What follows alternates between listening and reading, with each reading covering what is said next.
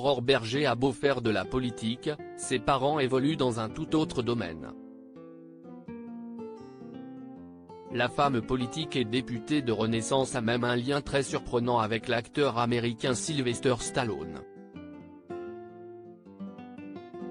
Le monde est petit et Aurore Berger ne dira pas le contraire. Cette dernière a plongé dans le grand bain de la politique quand elle n'avait que 16 ans.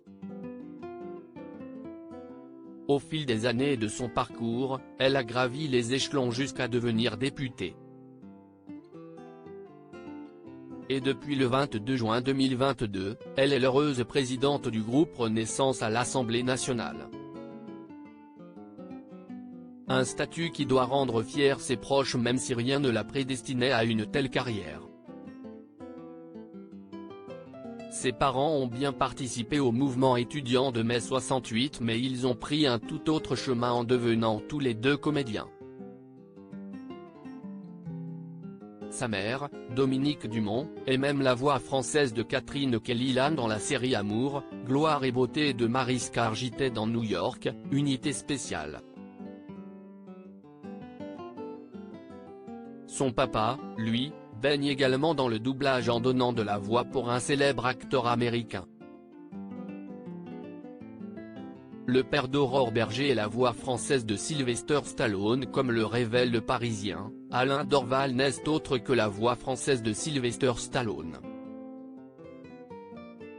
Dans toute la saga Rocky, c'est le papa d'Aurore Berger qui double le personnage du célèbre boxeur ainsi que les autres rôles de la star.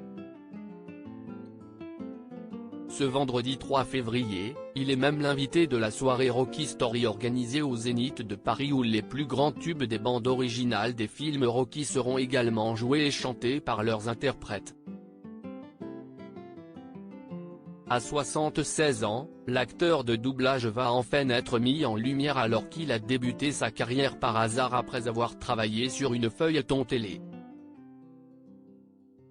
J'ai commencé par une série qui s'appelait Les Bannis, une histoire après la guerre de sécession entre un noir et un blanc, a-t-il expliqué. Cette personne m'a aussi fait doubler à la même époque Zabriskie. D'Antonioni, puis après, j'ai continué. Ce sont des copains des générations précédentes, comme Francis Lax, qui m'ont envoyé chez Jacques Barclay, qui avait la responsabilité de ce film avec un acteur que personne ne connaissait, Sylvester Stallone. Depuis 1976, Alain Dorval suit à la trace Sylvester Stallone dont il admire également le parcours. Aurore Berger a peut-être échappé de peu au prénom d'Adrian.